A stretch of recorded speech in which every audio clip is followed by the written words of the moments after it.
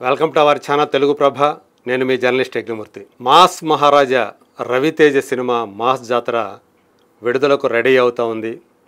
October 31వ తేదీ ఆ cinema మన ముందుకు రాబోతూ ఉంది. అయితే దానికి ఒక పెద్ద సినిమా నుంచి ప్రమాదం పొంచి ఉంది. అది ఏదో కాదు, ఎస్ఎస్ రాజమౌళి ప్రభాస్ కాంబినేషన్లో వచ్చినటువంటి బాహుబలి 2 ఈ రెండు సినిమాల కలయికతోటి ఒకే సినిమాగా వస్తున్నటువంటి బాహుబలి ద ఎపిక్. అదే రోజు ఆ సినిమా కూడా విడుదలవుతూ ఉంది. సో ఆర్కా మీడియా వర్క్స్ వాళ్ళు, బాహుబలి నిర్మాతలు ఆ సినిమాని మన ముందుకు తీసుకువస్తూ ఉన్నారు.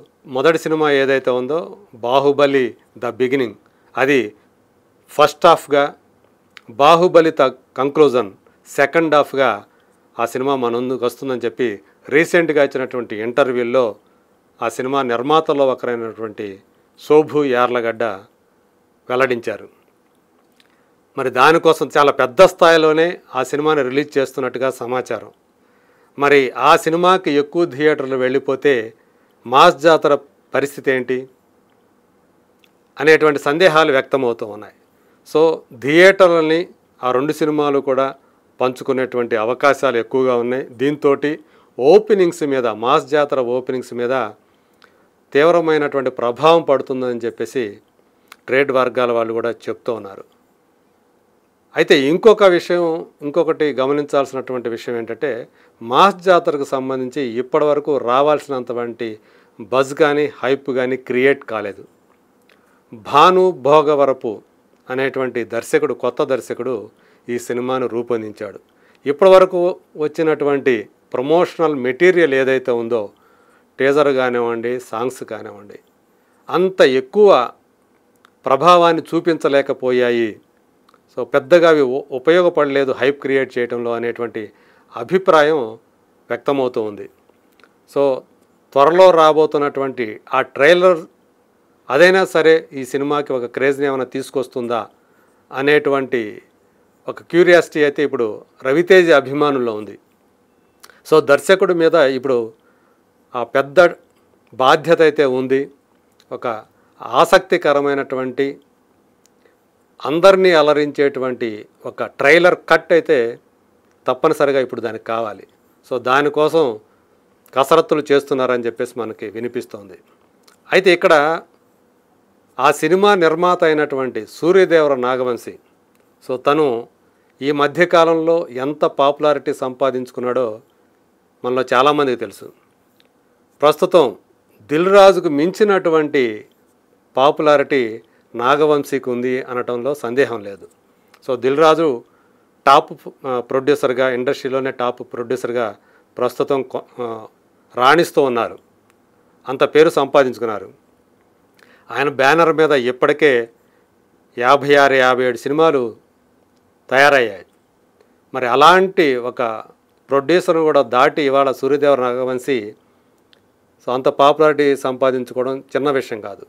సో ఆయన తీసినటువంటి ఈ మధ్యకాలంలో వరుస హిట్లు, అలాగే ఇంటర్వ్యూల రూపంలో కానివ్వండి, అలాగే ప్రెస్ మీట్లలో కానివ్వండి, ఆయన చేసేటువంటి వ్యాఖ్యలు కూడా కొన్ని వివాదాస్పదం అవుతూ ఉంటాయి, కొన్ని వార్తల్లో నిలుస్తూ ఉంటాయి. అలా మొత్తానికి ఆయన వార్తల్లో వ్యక్తిగా మారాడు. సో ఆయన ముందుకొచ్చి ఏదన్నా మాట్లాడితే మాస్ జాతరకి హైప్ వస్తుంది అనేటువంటి అభిప్రాయాన్ని సినీ వర్గాల వాళ్ళు కూడా వ్యక్తం చేస్తున్నారు. సో ఇప్పటిదాకా ఆయన బయటకు వచ్చి మాస్ జాతర గురించి మాట్లాడలేదు. దీనికి ప్రధాన కారణం కింగ్డమ్ సినిమా, అలాగే వార్ 2 సినిమాకి సంబంధించి ఆయన చెప్పినటువంటి మాటలు.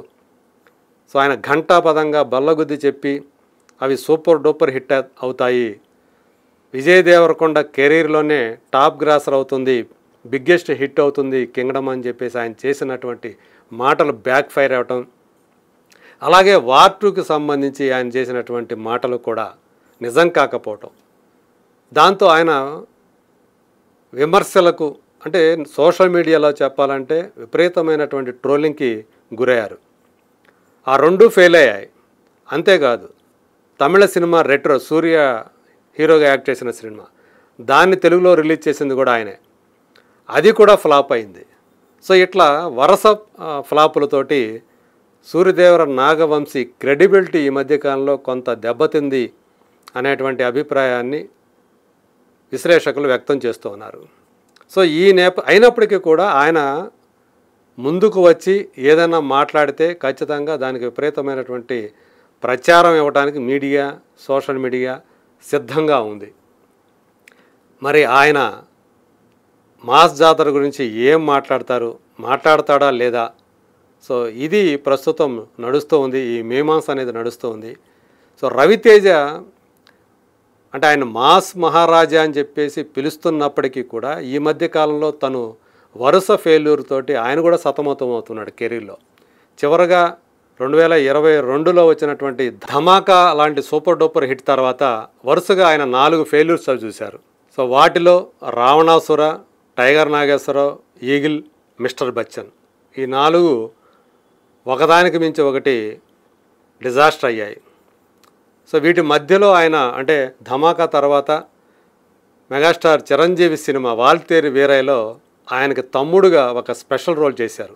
అది పెద్ద హిట్ అయింది, కానీ ఆ క్రెడిట్ ఆయన ఖాతాలోకి వెళ్ళేది కాదు. సో ఇప్పుడు అలాంటి 4 ఫెయిల్యూర్స్ తర్వాత మాస్ జాతర చేస్తుండటం వల్ల ఈ సినిమా ఖచ్చితంగా బ్లాక్ బస్టర్ హిట్ కావాల్సినటువంటి బాధ్యత ఆయన మీద కూడా ఉంది. ఈ సినిమా కూడా ఆడకపోతే రవితేజ కెరీర్ సంక్లిష్ట స్థితిలో పడిపోతుంది అని చెప్పేసి నిపుణులు భావిస్తూ ఉన్నారు. ఆయన మార్కెట్ కూడా డౌన్ అవుతూ వస్తూ ఉంది అని చెప్పేసి చెప్తూ ఉన్నారు. సో మాస్ జాతర ప్రొడ్యూసర్ సూర్యదేవర నాగవంశీ కావటం వల్లే ఆ సినిమాకి ఆ మాత్రమైనా సరే ఒక బిజినెస్ అనేది జరిగింది. లేకపోతే పరిస్థితి ఇంకా అధ్వానంగా ఉండేది అని చెప్పేసి ఇండస్ట్రీ వర్గాల వాళ్ళు చెప్తున్నటువంటి మాట. మరి చూడాలి. ఇలా ప్రస్తుతం ఇటు హీరో అటు నిర్మాత వీళ్ళిద్దరూ కూడా ఫ్లాపుల్లో ఉన్నారు, కానీ ఇద్దరికీ కూడా మంచి పాపులారిటీ ఉంది. మరి రాబోయే రోజుల్లో వచ్చేటువంటి ఆ పబ్లిసిటీ వల్ల, ఆ పబ్లిసిటీ మెటీరియల్ ఏదైతే ఉందో రేపు వచ్చేటువంటి ఆ ట్రైలర్ కట్ అది గనక ఇంట్రెస్టింగ్గా ఉంటే సినిమా మీద మళ్ళీ బజ్ ఏర్పడటం ఖాయం. మరి నాగవంశీ ఏం చెప్తాడు మాస్ జాతర గురించి అని కూడా చాలామంది వెయిట్ చేస్తూ ఉన్నారు. మరి ఆయన ఈ సినిమాకి పబ్లిసిటీ ఏ రీతిని ఇస్తారు ముందుకొచ్చి అనేది కూడా చూడాల్సి ఉంది. మొత్తంగా చూస్తే మాస్ జాతర అనేది ఇద్దరికి కూడా, అటు రవితేజకి ఇటు నాగవంశీకి కూడా హిట్ అవ్వాల్సినటువంటి పరిస్థితిలో ఉన్నారు. ఇద్దరు కూడా తప్పనిసరి హిట్ కావాలి. మరి ఏమవుతుందో అక్టోబర్ 31 దాకా మనం వేచి చూడాల్సిందే.